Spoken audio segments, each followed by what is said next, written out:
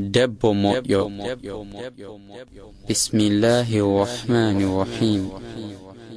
Modiɓɓe mon ɓen teddi non, wota mo yejjitu fewdoɓe ala yurmeɓe, surreɓe yiɗeɓe yiɗaneɓe ɓerɗe maɓɓe ɗen wewline, e kadi ɓooseɓe jalaneɓe kori moosaneɓe.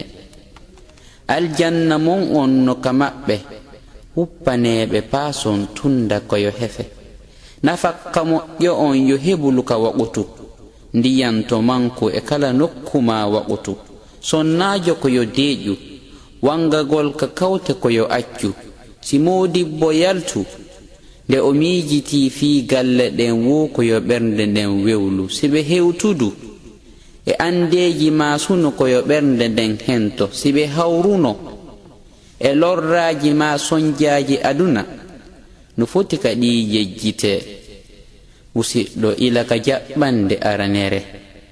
Galle ɗen wontana ɓe nokkure ka ɓe fawto, wano si ɓe hewtiti ndiyan naɓe ɓe looto. A galle a debbo, a galle ɗe debbo moƴƴo, moƴƴika l'islamu wonti yeeso. Nulaaɗo maaki daɗo yiiti haysiko sabu keɓum tamaro. Pullo wi'i mono faala inde o defay yo ɗum kadi faamo. Heɓugol aljanna e wono baata wona coora. Itto sadaka e kurka no moodi wona ko haɗa. Yo taw tunno yowondire ɗaɓɓo welaye Allah, jooma seniiɗo lanɗo fooluɗo on wawɗo mo ronkata. Tawa no yaadi e no sar'iniri nulaaɗo Muhammada, mono faala dadal e kisal yomo ñentin sunna Muhammadu Saliyu ko go'o e ñentinɓe Abu Al-Qasimu. Wota mo duukuturunde jom makko en welti, wota yeeso ngon hentode modibbo on seytini. Heɗito ɓiɓɓe kurkadu modi mata wikko laato deeƴuɗo, newiɗo, newaniɗo kala wonɗo ka galle tentiniikoɗo. Hento ɓurno, kono tawaɗa laabi kadi ɓorno.